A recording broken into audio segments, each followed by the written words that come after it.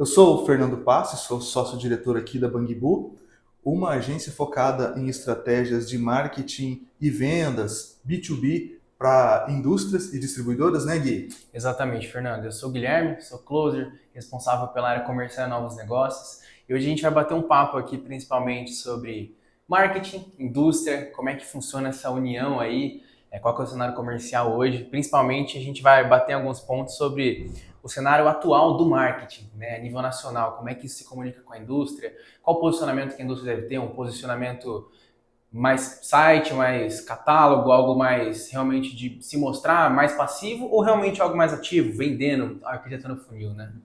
E nós vamos então, o primeiro aqui, Gui, que nós vamos falar, assim, muitas indústrias ainda vê o marketing digital apenas como forma de visibilidade e etc. Né? Então, por que essa visão é difícil para ter um crescimento hoje, se você só investir em visibilidade? O que eu vejo hoje falando com diretores, né, na área comercial mesmo, fazendo reuniões, Fernando, diretores de indústrias que ficam com um posicionamento mais de buscar visibilidade, criar um posicionamento, é importante para o marketing, né? Principalmente, isso gera um valor que é necessário. Mas dificilmente hoje isso traz um processo escalável, porque a venda, o processo comercial, é muitas vezes feito ali pelo vendedor diretamente que fala com uma parte do funil que está pronta para comprar ou já sabe, tem algum interesse. Não fala com novas pessoas, não sei se você concorda comigo. Sim, é que se você trabalhar só com visibilidade, é legal, é muito importante. Você precisa construir a sua marca. Sua marca Uhum. precisa ser construída. Mas nós precisamos trabalhar todas as etapas do funil, né? Então, Exato. trabalhando todas as etapas do funil, eu vou lá, vou construir minha marca, vou gerar interesse por ela, vou descer para o meio do funil ali, eu vou, né, vou alimentar, vou nutrir o meu cliente ideal para chegar num fundo de funil também e eu gerar, fazer ofertas de venda. Então, eu tenho que estar pensando, construir marca, importante, posicionar, tudo bem, até porque se eu não posicionar, muitas vezes eu até prejudico a minha venda, torno a venda muito mais cara, muito mais difícil se eu não tenho um Uhum. posicionamento de marca consistente. Mas se eu preciso ter, olhar para o marketing digital com um olhar de vendas, um olhar de como eu vou gerar faturamento no meu negócio, como eu vou gerar demanda para um time comercial para fazer venda. E é possível, nós fazemos isso todos os dias aqui na Bangbu. Muito bom, muito bom. A gente pode ver hoje, né, Fernando, uma crescente da. Na verdade, a gente está chegando perto do fim da era de dependência dos representantes comerciais, né? A representação comercial, ela, na verdade, sempre foi o coração e continua sendo de muitas indústrias, a nível nacional, imagino que a nível global também. Mas a gente tem visto que isso não é um processo sustentável, depender desse canal de demanda, né? É justamente aí que a gente consegue potencializar esse canal e potencializar outros canais. Como, por exemplo, o representante ele é muito necessário, né? Porém, Uhum. depender dele para poder gerar, a gente acaba tendo muitos gargalos que são gerados. Então, quando a gente começa a ter um canal previsível, principalmente, esse canal gera receita quando a gente, 24/7, basicamente está falando com clientes a todo Uhum. momento, e a gente não fica dependendo muitas vezes de uma pessoa que tem dias bons, tem dias ruins, então a gente trabalha nessa dinâmica. Muito bom, Fernando, então vamos lá. A gente sabe que o processo de compra industrial, da indústria mesmo, B2B, ele pode ser longo, né? Normalmente ele é no cenário. Como é que o inbound marketing ele pode vir a reduzir, encurtar esse ciclo No B2B, do B2B? o inbound marketing, todo o trabalho de marketing de performance, ele vem para ajudar já a gerar uma confiança prévia. Então, o nome da marca, o nome da empresa já chega lá para muitos dos envolvidos ali naquela compra previamente. Esse é o objetivo. Você, inbound marketing, é gerar conteúdo para que esse conteúdo gere uma educação, essa educação já cria uma credibilidade para você, ela chega na sua frente. Então, quando você já senta numa mesa de negociação, está fazendo uma proposta para alguém, alguém gerou uma demanda e entrou em contato com você, foi porque você já apareceu para ele, você já gerou um valor de alguma forma para Uhum. ele e essa forma que você apareceu foi boa e aí te deixou marcado para você ser lembrado em momentos cruciais da empresa. Importante. Perfeito. E a gente pode ver que essa geração de consciência, ela é muito importante, né?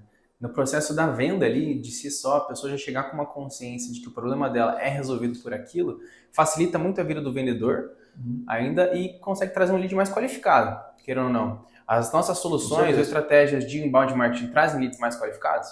Com certeza. O objetivo é entender se aquele lead faz sentido dentro do ICP da empresa, né, de uma indústria, B2B, então uma indústria que vende para quem vende para o consumidor final. Então, se ela entender isso aí e tirar ali do caminho do vendedor apenas curiosos, né? Logicamente que é impossível você ter você vai ajustando isso conforme Uhum. o trabalho vai andando, vai entendendo o que vai acontecendo dentro daquele processo e você vai afinando as suas estratégias de criativos, de comunicação, de mensagens, Uhum. de imagens, para que venha cada vez mais o lead qualificado. E como que a gente qualifica muitas vezes, né?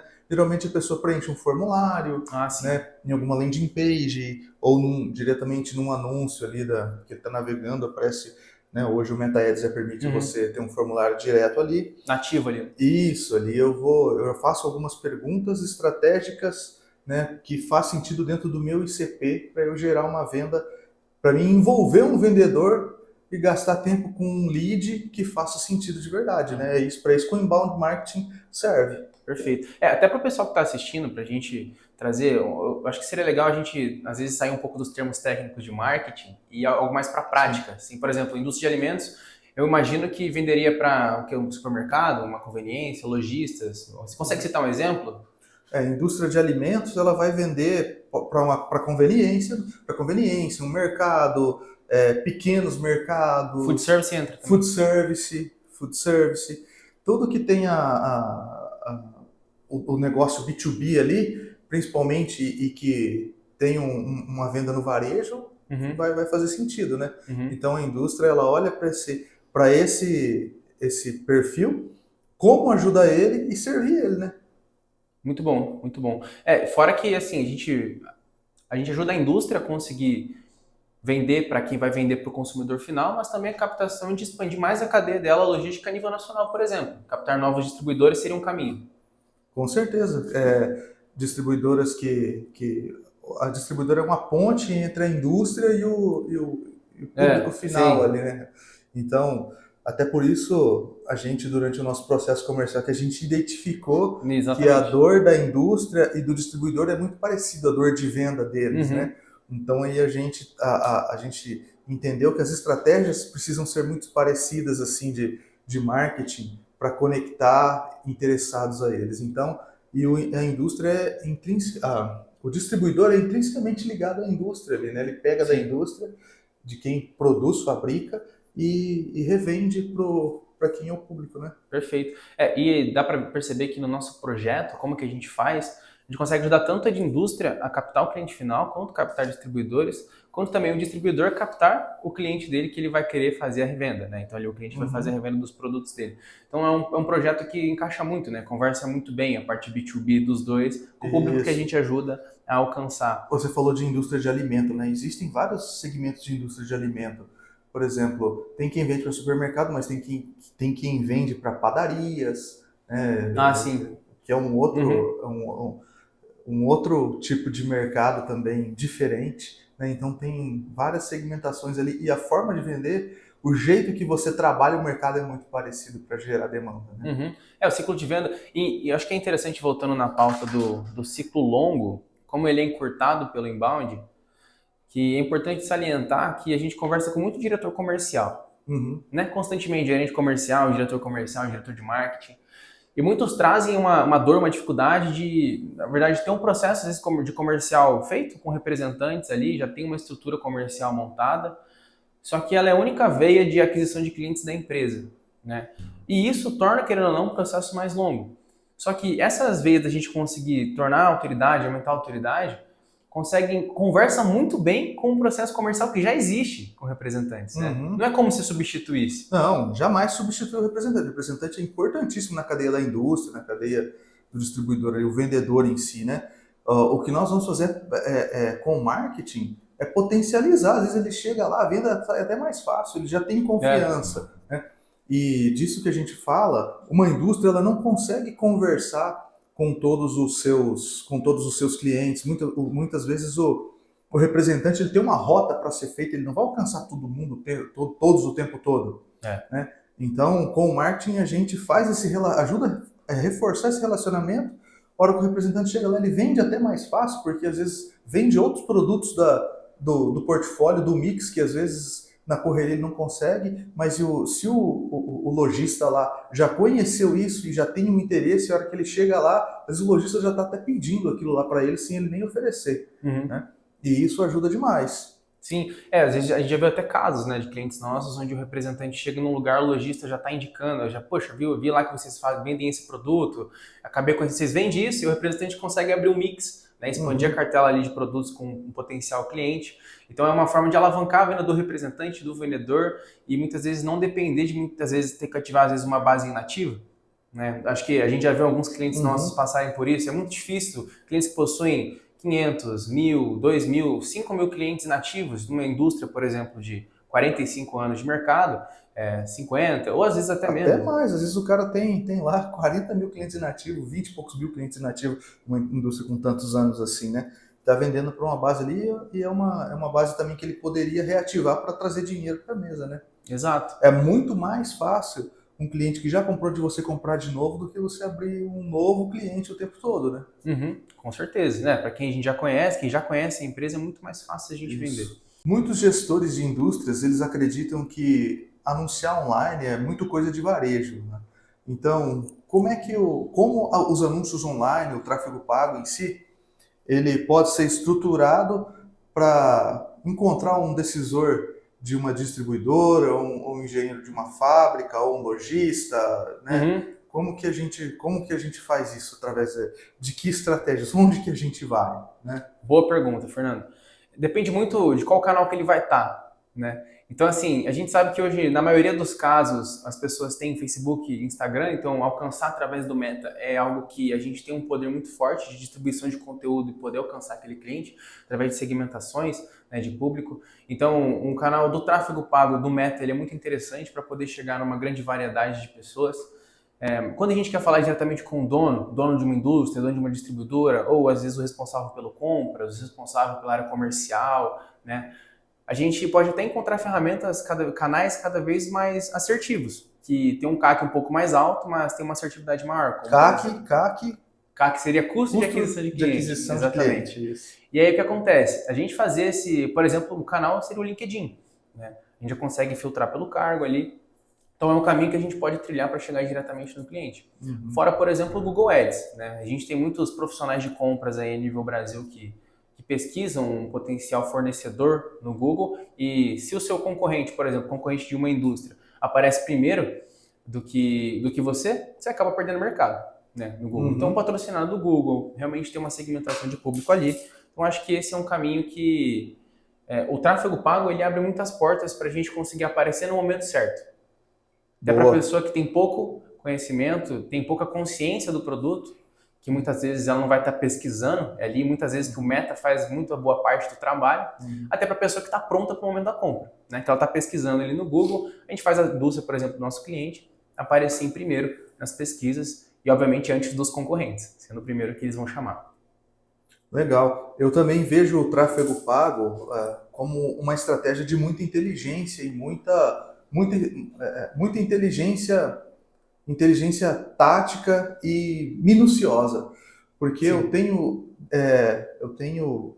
canais e oportunidades para poder tratar isso de uma forma aí refinando o público que eu estou buscando, para eliminar um público que às vezes eu não estou querendo, para falar com o público para mostrar ali para a inteligência artificial mesmo, que a Meta, o Google, todos eles já têm isso aí por trás ali, né? Para o algoritmo, quem que eu quero buscar, quem que faz sentido de verdade, ele começa a entender isso e começa a dar uma escala, né? Eu começo a ter um custo de aquisição de cliente ali por lead, um CPL, que é um custo por lead mais barato e tal. Então é um trabalho bem minucioso e que a gente vê e de acontecer, e muita gente às vezes queima dinheiro ali, vou colocar eu vou colocar um dinheiro aqui para ver se tem gente que tem algum resultado, mas poderia ter um resultado muito melhor com um trabalho mais afinado, um trabalho mais minucioso, no sentido de não só fazer o tráfego pago, mas eu ter como depois nutrir aquele lead que eu trouxe. É o melhor lead? Como que eu posso pagar mais barato? Como que eu posso falar de novo com quem já viu e não se converteu e já gerou um pouco de consciência? Pode virar o meu cliente ali na frente, mas ele não virou agora. Então, se eu não tiver estratégia para isso, eu vou deixar ele para lá e nunca mais vou falar. Exato. Então, a partir do momento que ele veio e está na minha base, ele pode ter virado cliente ou não. Se ele não virou cliente, eu tenho que ter uma estratégia para falar com ele e continuar, se ele tem potencial, falando com ele até ele se converter e comprar alguma coisa de mim. Se ele já virou, se ele está pronto para virar cliente, eu tenho uma estrutura para atender ele, para pegar aquele lead, trabalhar, ligar, né? E a gente sabe que muitas vezes você liga, tenta chamar, o cara já não está mais ali na hora e aí a equipe precisa estar preparada para ser resiliente, para ligar várias vezes, porque é igual você, imagina que você se preencheu em algum lugar lá, daqui a pouco a empresa te liga, às vezes você não pode falar na hora e você está ocupado, você tem 1000 coisas para fazer no dia. O vendedor precisa ser resiliente, então você tem que ter essa estrutura certinho para você receber o seu contato e trabalhar ele, né, de forma eficiente. Não, muito bom. E essa gestão inteligente que você falou que o tráfego traz para a gente, também permite que a gente fale com pessoas que viram a empresa, mas, por exemplo, não seguiram no processo nem de clicar, às vezes, converter numa página nossa, que a gente fez para o cliente, né? Às vezes aquele cara que veio falar com a gente, que achou interessante, mas não conseguiu, não seguiu no processo, por exemplo, do nosso funil, existe uma forma de falar com ele. Então, existe uma forma de tratar ele diferente. Existe, claro, existe uma forma de eu fazer remarketing. Eu pegar quem visitou minha página, só visitou e não fez nada, não tomou atitude nenhuma. Porque às vezes ele não está no momento de compra, né? Olhando lá para a pirâmide de Chet Holmes, né? Que de só 3 a 7% está pronto para comprar de você naquele momento. Então, às vezes aquela pessoa ela é um potencial cliente, mas ele não está no momento de compra certo. Então tem que ter uma estratégia para continuar falando com ele. Sim, e é importante que você trouxe essa pirâmide, que a gente pode ver que é uma ciência, né? 3 a 7% do mercado está pronto para comprar do cliente, mas olha o tanto de gente, 90% ainda não tem tanta consciência do produto e a firma muitas vezes não está nem interessada. Né? O nosso trabalho é poder atacar essa massa, fazer essa massa chegar nos 3%, né? Para você poder ver o quanto é o valor justamente uma estratégia. Então vamos lá, Fernando, um tema um pouco polêmico, né, quando a gente vai conversar na área comercial. Normalmente o e-mail marketing ele é subestimado quando a gente conversa com algumas pessoas, né, alguns profissionais da área de indústria e distribuidoras. Como é que essa ferramenta pode potencializar as vendas de indústria, distribuidoras? Como é que pode potencializar não só as vendas, mas o relacionamento com aquele cliente? Aumentar principalmente conversões? Como que isso tem impacto na área comercial? Então, esse é um grande desafio que a gente tem em muitos clientes já vem com essa visão. Poxa, ninguém mais usa e-mail e tal. E é uma percepção, mas não é a realidade de fato. Né? Então, a gente vê pesquisas por aí que hoje o e-mail ainda é a maior fonte de conversão da internet. Por exemplo, hoje eu preciso ter um e-mail para cadastrar uma conta no celular, para abrir uma conta em banco. Todo mundo tem que ter um e-mail. Todo mundo tem que ter um e-mail para viver em qualquer. E muitas vezes a pessoa não vai estar olhando aquele e-mail o tempo todo, mas em algum momento ela vai olhar. Em algum momento ela vai abrir aquele e-mail. Tem até um conteúdo meu no Instagram que eu falo sobre uma pesquisa que o Rafael Kiso soltou sobre isso aí lá, né? Que é bem interessante, sobre o e-mail, o maior canal de conversão até de venda. Você pode ver que os e-commerces mandam e-mails toda semana, 2, 3 e-mails toda semana de promoção, oferta alinhada ao CRM que eles têm ali para o seu perfil de compra, né? E o e-mail ele funciona no B2B até mais do que o WhatsApp e SMS. E dizem que a pessoa está com o celular na mão ali, o WhatsApp faz sentido, mas a pessoa, às vezes, ela não quer ser incomodada no WhatsApp. E o cara do B2B, o comprador do B2B, o gestor, ele está no computador. Então, o B2B ele tem essa afinidade com o e-mail.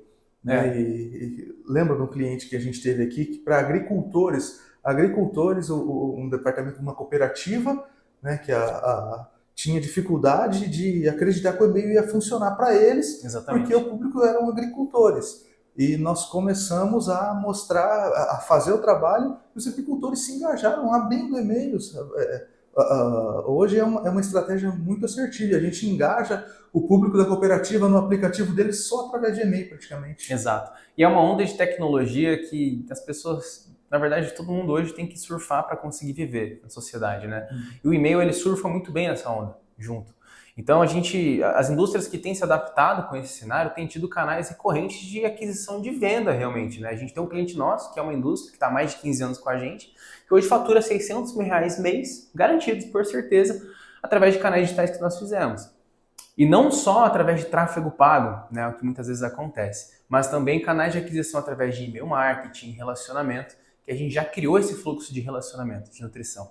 E como eu havia falado, né, esse cliente que fatura aqui, R$ 600 mil por mês conosco, recebe aí de 13 a 14 leads qualificados B2B todo dia, é a Paraíso, né, a indústria de moda que está há 15 anos com a gente, um baita cliente parceiro da agência há muito tempo.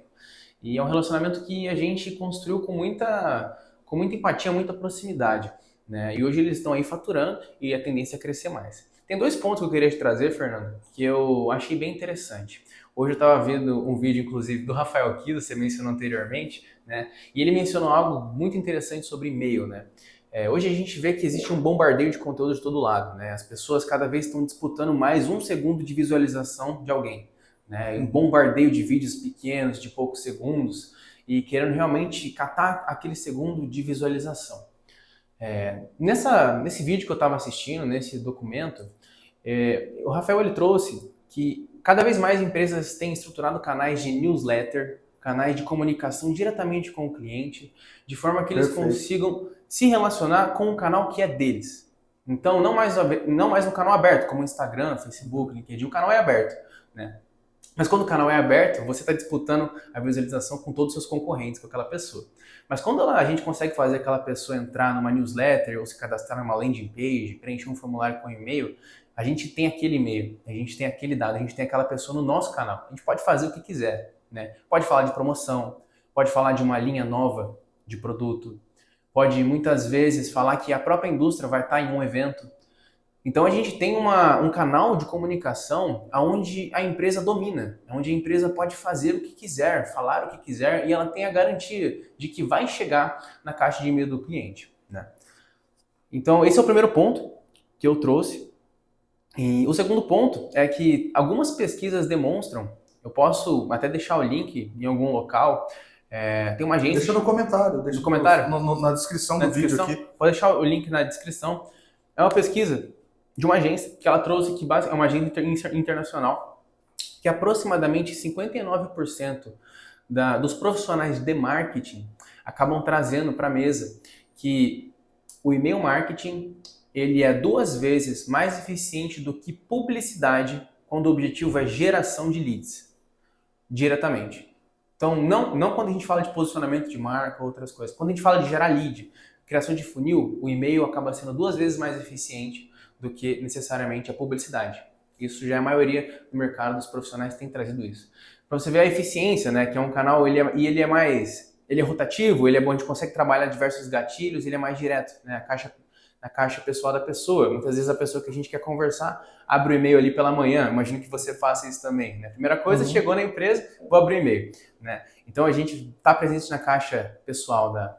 O e-mail corporativo é muito importante no B2B, né? Exato. E o e-mail corporativo a pessoa usa para trabalhar o e-mail corporativo dela, para receber as ofertas, para dar direcionamento. Decisores usam o e-mail todos os dias, muitos deles, uma grande maioria. Eu não acho que isso vai acabar tão cedo. Ah, com certeza não. Igual você falou, a gente precisa do e-mail para viver, o e-mail pessoal e o e-mail corporativo. Muitas indústrias, empresas se comunicam até internamente com aquele e-mail, né? E eu acho que o nosso trabalho, principalmente a parte mais complexa, é chegar nesse e-mail mais próximo que a pessoa acessa todo dia. É aí onde a gente trabalha algumas estratégias, né? Ô Gui, mas aqui na Bangbu a gente fala muito de vendas. Então, como que a gente pode gerar demanda para os leads quando você está atendendo ali e fazendo uma prospecção? E você explica para o cliente e toma um compromisso dele Como que você gera, faz com que mostra para ele como que esse lead deve ser cuidado, atendido, para que não morra na praia, né? Que é alguém que já demonstrou interesse. Como que você explica para ele? O que você fala para esse cliente? Muito bom, muito bom. A gente entra num outro campo aqui de trabalho, mas querendo ou não se conversa com o último, né? Você tinha mencionado antes, Fernando, que hoje os profissionais de vendas têm que estar com uma equipe ativa para poder receber aquela oportunidade, né? E isso bate muito na ideia de que a gente sempre traz para os nossos clientes, né? Se a gente não aborda uma oportunidade em até 5 minutos, a partir do momento que ela chega no nosso CRM, nos nossos canais de aquisição, a taxa dela poder responder a gente cai em 400%. Isso é uma métrica realmente de mercado, ciência. Então a gente já vê o poder de ter uma equipe de vendas internas ou uma equipe de vendas que vai estar recebendo aquelas oportunidades. É necessário Proativa, né? De olho. uma proatividade. A gente pode muitas vezes perder uma oportunidade de ouro por muitas vezes não dar ali a atenção merecida a uma oportunidade que chega. Então, primeiro ponto, a gente precisa de uma equipe de venda interna. Indústria, distribuidor, tem que ter alguém responsável para receber essas oportunidades. Tendo essa pessoa responsável, é necessário que a gente tenha um CRM, né? A gente, inclusive, na Bugaboo, isso não é algo que a gente deixa nossos clientes desamparados, a gente tem ferramenta para conseguir ajudar aquela oportunidade que a gente traz, não simplesmente soltar numa planilha para que o cliente receba, todo o acompanhamento ele é feito, né? E, obviamente, o CRM ele é utilizado pelo vendedor para conseguir agendar tarefas, conseguir passar aquele lead de etapa e efetivamente fazer uma venda. Porque por mais que o lead é qualificado, ele ainda tem que percorrer um processo da jornada de compra, né? E a Bangbu, ela não é aquela agência omissa, como eu trouxe antes, né? A gente vai a fundo, a gente inclusive tem alguns clientes que a gente até treina a parte de vendas internas, né? Como é que vai abordar, qual cadência que ele vai realizar de mensagens, né? Para quem está vendo aí cadência, qual que é a sequência de abordagens, em quantos dias, em quanto tempo, quais canais eu vou fazer de uma forma realmente processual, né? E a gente tem que ter isso desenhado, como é que a gente vai medir. Então tudo isso traz para a gente uma inteligência muito maior de como deve ser feito. Concorda comigo? Claro, com certeza. E faz todo sentido porque se eu não dou uma atenção, né, para esse lead que chega da forma que precisa, eu estou queimando dinheiro. E ninguém quer queimar dinheiro, né? Se eu estou despertando o interesse de pessoas com o interesse real em comprar da minha marca, em comprar da minha empresa, o produto que eu tenho, o meu serviço e tal, etc. Eu tenho que estar preparado para receber isso aí. Eu tenho que ter uma equipe com uma estrutura, entendendo e sabendo gerar vendas. Não que o lead vai vir prontinho, assim, cara, dificilmente um lead vai vir assim, nossa, eu já quero comprar, não é tirar pedido, não é tirar pedido.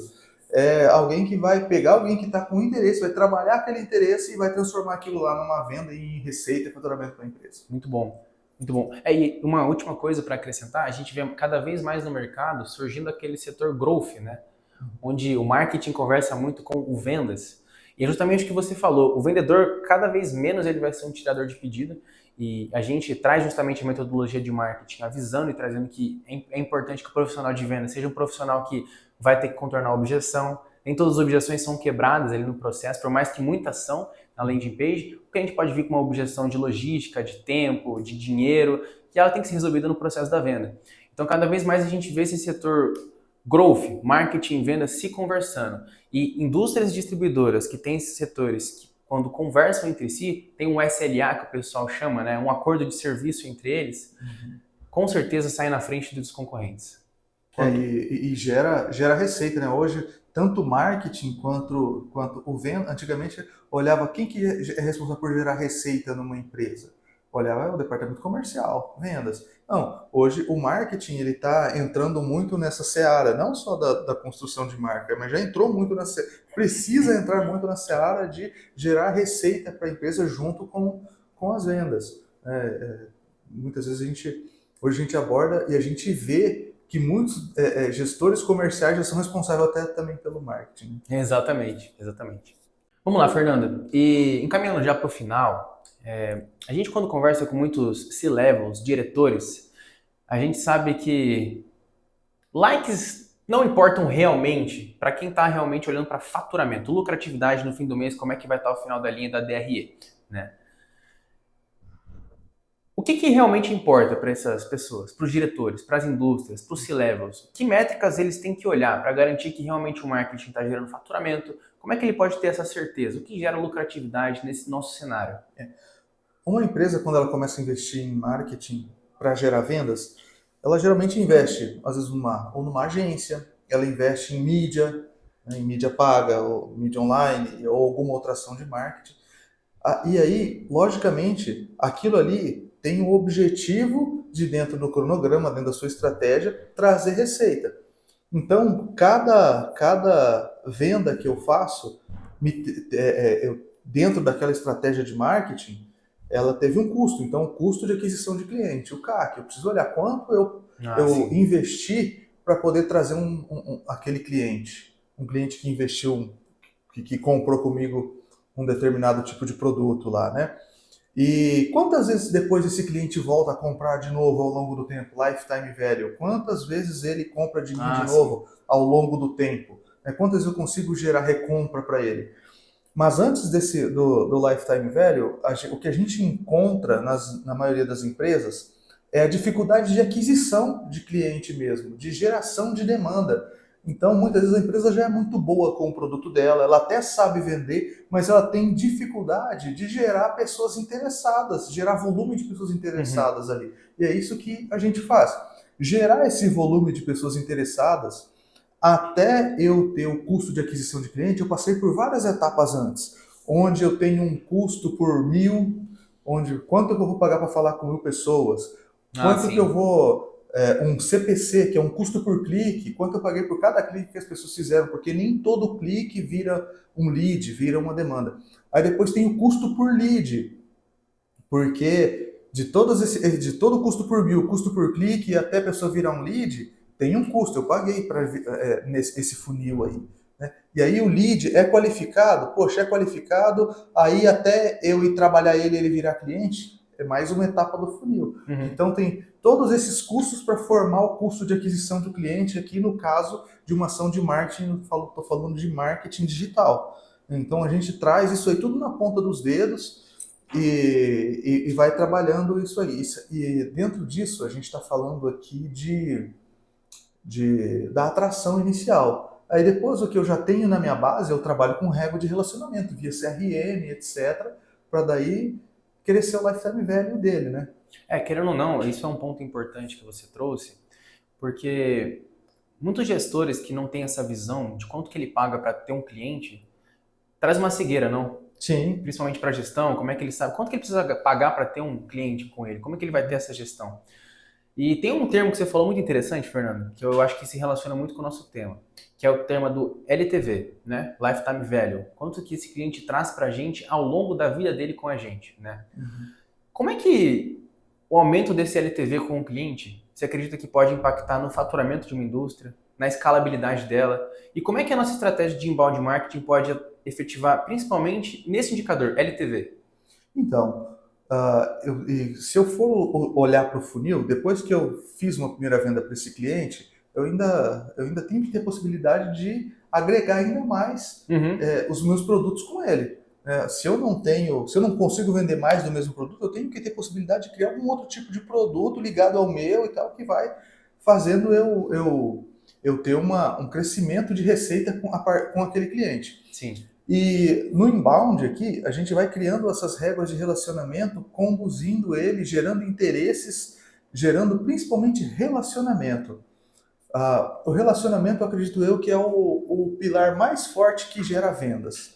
Quando o jargão antigo da publicidade, né? Quem não é visto não é lembrado. Quando eu me relaciono, eu apareço um e-mail, eu mando um SMS, o cara vê, mesmo que ele não para ler meu e-mail, mas ele viu que eu estou lá na caixa de mensagem dele, eu estou fazendo um movimento, ou estou fazendo um webinar aqui, e eu acho que faz sentido esse webinar para você. Manda ali uma e-mail e SMS para ele vir conhecer o meu webinar. Às vezes ele depois de um tempo, não tinha tempo agora, mas depois ele vai ver, poxa, olha o movimento que esse cara está Uhum, fazendo, daqui a pouco eu estou fazendo de novo. uhum. Aí eu vou ficando no inconsciente dele aqui.